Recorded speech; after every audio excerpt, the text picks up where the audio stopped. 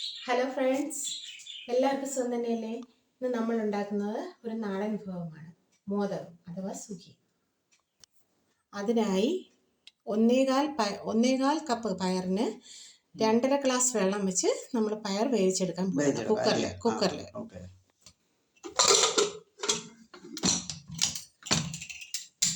നമുക്ക്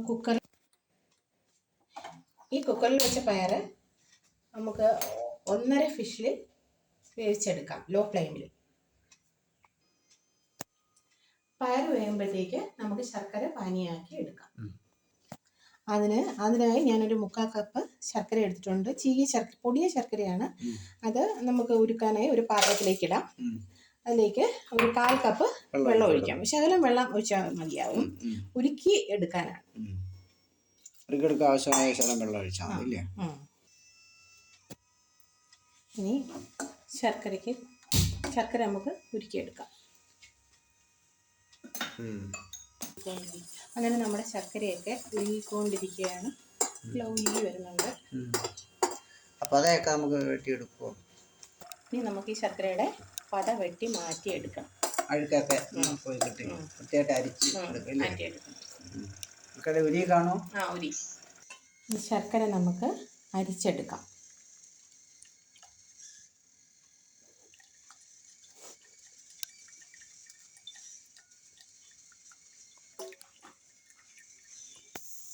അങ്ങനെ നമ്മുടെ കുക്കറിൽ വെച്ച പയർ നല്ല രീതിയിൽ ഒരു വിഷയം കേൾക്കണം. പിന്നീട് തീ കുറച്ച് ഒരു അര വിസിൽ. നമുക്ക് ചെറിയ ലോ ഫ്ലെയിമിൽ വെക്കണം. ഒരു അര വിസിൽ.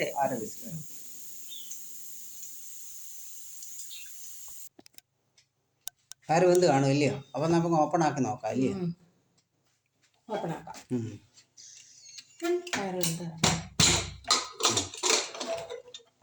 പയർ പാകത്തിന് വെന്തിട്ടുണ്ട്. അടിപൊളിയായിട്ടുണ്ട് ഇല്ലയോ? നമുക്ക് പാൻ വെച്ച് തീ കത്തിക്കാം. ഉണ്ടാക്കാൻ പാൻ ചൂടായിട്ടുണ്ട്. നമുക്കിനി പാനിലേക്ക് ശർക്കര ഒഴിക്കാം. നമ്മൾ അരിച്ചു വെച്ച ശർക്കരയാണ്. ഇനി അതിനകത്തോട്ട് നമുക്ക് പണ്ടത്തിനായിട്ട് പയറിടാം. ഇതിനി നമുക്ക് ഇളക്കി പറ്റിച്ചെടുക്കണം. ബാക്കിയുള്ള ചേരുവകൾ ഇൻഗ്രീഡിയൻസ് 2 ചേർക്കാനുണ്ട്. ഇത് വെള്ളം നല്ലപോലെ ഈ ശർക്കര ഒന്നും കൂടെ ടൈറ്റ് ആയിട്ട് തേങ്ങ ഇടാം. തേങ്ങാപ്പീര ഇതിപ്പം നല്ലപോലെ കുറുകി വരുന്നുണ്ട്. ഇടാം. അപ്പോഴത്തേക്ക് നമുക്കത് തേങ്ങാപ്പീര ഇടാം. തേങ്ങയിട്ട് നല്ല ഇളക്കിയെടുക്കണം, വഴറ്റിയെടുക്കണം. മധുരം ഒരുപാട് വേണ്ടുന്നവർക്ക് ശർക്കര പാനി കുറേ കൂടെയൊക്കെ ചേർക്കാം. അല്ലാതെ മധുരം കുറച്ച് വേണ്ടവർക്ക് ശർക്കരയുടെ അളവ് കുറച്ചെടുത്താൽ മതിയാകും. ഇനി അതിലേക്ക് കുറച്ച് ഏലക്കാപ്പൊടി കൂടി ചേർക്കാം നമുക്ക്.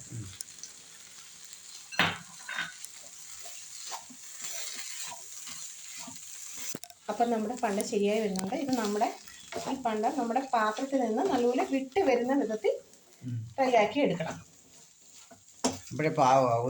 അപ്പം അതിൻ്റെതായ പാകമാവും. നല്ല പാത്രത്തിൽ നിന്ന് എല്ലാ മൂലയിൽ നിന്നും വിട്ട് വരുന്ന വിധത്തിൽ ഇളക്കി യോജിപ്പിച്ചെടുക്കണം. എനിക്ക് മോദകം എന്ന് പറയുന്ന പണ്ടേ വലിയ ഇഷ്ടമാണ്. അച്ഛൻ്റെ കൂടെ ഓരോ സ്ഥലങ്ങളിലൊക്കെ പോകുമ്പോൾ ഞാൻ ഈ സുഖിയം കാണുമ്പം അച്ഛനോട് ഞാൻ വേണം എന്ന് പറഞ്ഞ് നിർബന്ധം പിടിക്കുമായിരുന്നു. എനിക്ക് വലിയ ഇഷ്ടമുള്ളൊരു സാധനം. പക്ഷെ ഉണ്ടാക്കാനൊക്കെ മടിയായിരുന്നു. പിന്നെ അതിനോടുള്ളൊരു ആഗ്രഹം കൊണ്ട് നമ്മൾ പിന്നെ ഉണ്ടാക്കി പഠിച്ചു. കഴിഞ്ഞ നമ്മള് ഏത്തക്ക അപ്പം ഇട്ടു, പിന്നെ ഉള്ളിവട ഇട്ടു ഇല്ലയോ? മോദകം ഇട്ടു. ഈ അടുത്തൊരു വിഭവമായിട്ട് നമ്മൾ വരും താമസിക്കാതെ ഇല്ലയോ? ഈ ഓണമൊക്കെ ഇങ്ങനെ വരുമല്ലയോ? എല്ലാം 2 ദിവസം നല്ല ക്ലൈമറ്റും കൂടെ. കുറച്ച് നെയ്യ് ചേർത്ത് കൊടുക്കാം അല്ലയോ? കണ്ടോ, ഇത് നല്ല പാത്രത്തിൽ നിന്ന് വിട്ട് നിൽക്കുന്ന പരുവായി. എല്ലാം നല്ല ഈ സമയത്ത് അച്ചിരി നെയ്യ് തുടങ്ങി ഇല്ലയോ? ഇനി ശകലം നെയ്യ് ചേർക്കാം നമുക്ക് അതിലേക്ക്.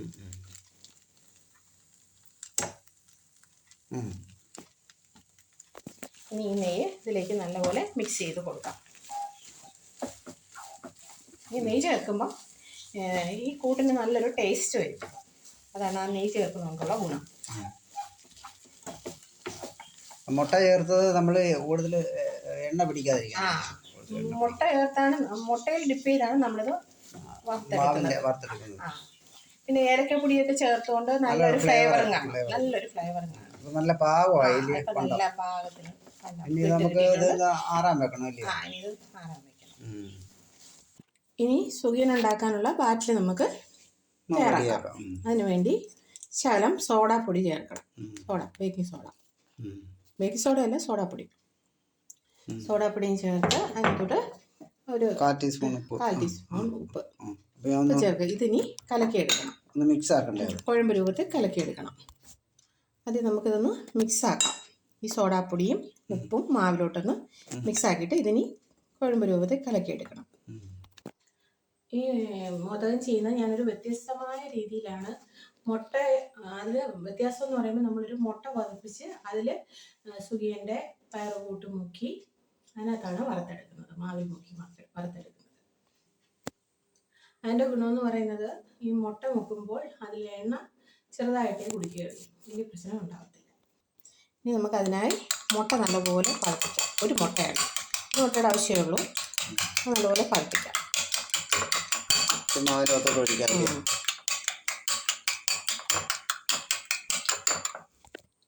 ഇനി ഈ മാവിലേക്ക് ഈ മുട്ട ഒഴിക്കാം. വെച്ചിട്ട് നമുക്ക് ഇനി ഇതൊന്ന് മിക്സ് ആക്കട്ടെ. ഈ മുട്ടയും മാവും കൂടെ നല്ലപോലെ മിക്സ് ആക്കണം. പിന്നെ നമുക്ക് ഇനി കുറേ പാകത്തിന് വെള്ളം ഒഴിച്ച് എടുക്കുക അല്ലേ? ഇനി കുറേശ്ശെ വെള്ളം ഒഴിച്ച് നമുക്കിത് മിക്സ് ആക്കി എടുക്കാം.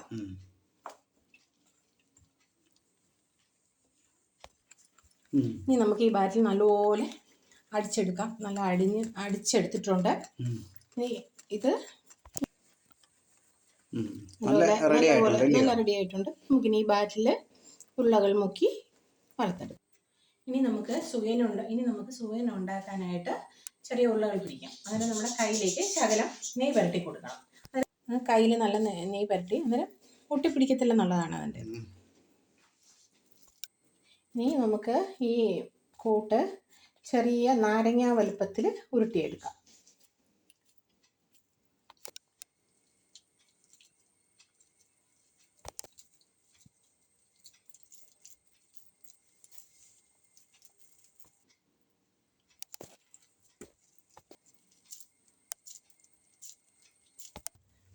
അപ്പം നമ്മുടെ മോദകത്തിൻ്റെ ബോളുകളെല്ലാം റെഡിയായിരിക്കുന്നു.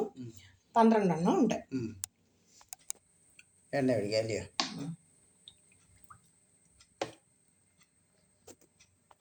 ഇനി എണ്ണ നല്ല ചൂടാവട്ടെ. അപ്പം നമ്മുടെ എണ്ണ ചൂടായി. പിന്നെ നമുക്ക് സുഖിയൻ്റെ ബോൾ മുക്കി നമുക്ക് എണ്ണയിലേക്ക് ഇടാം.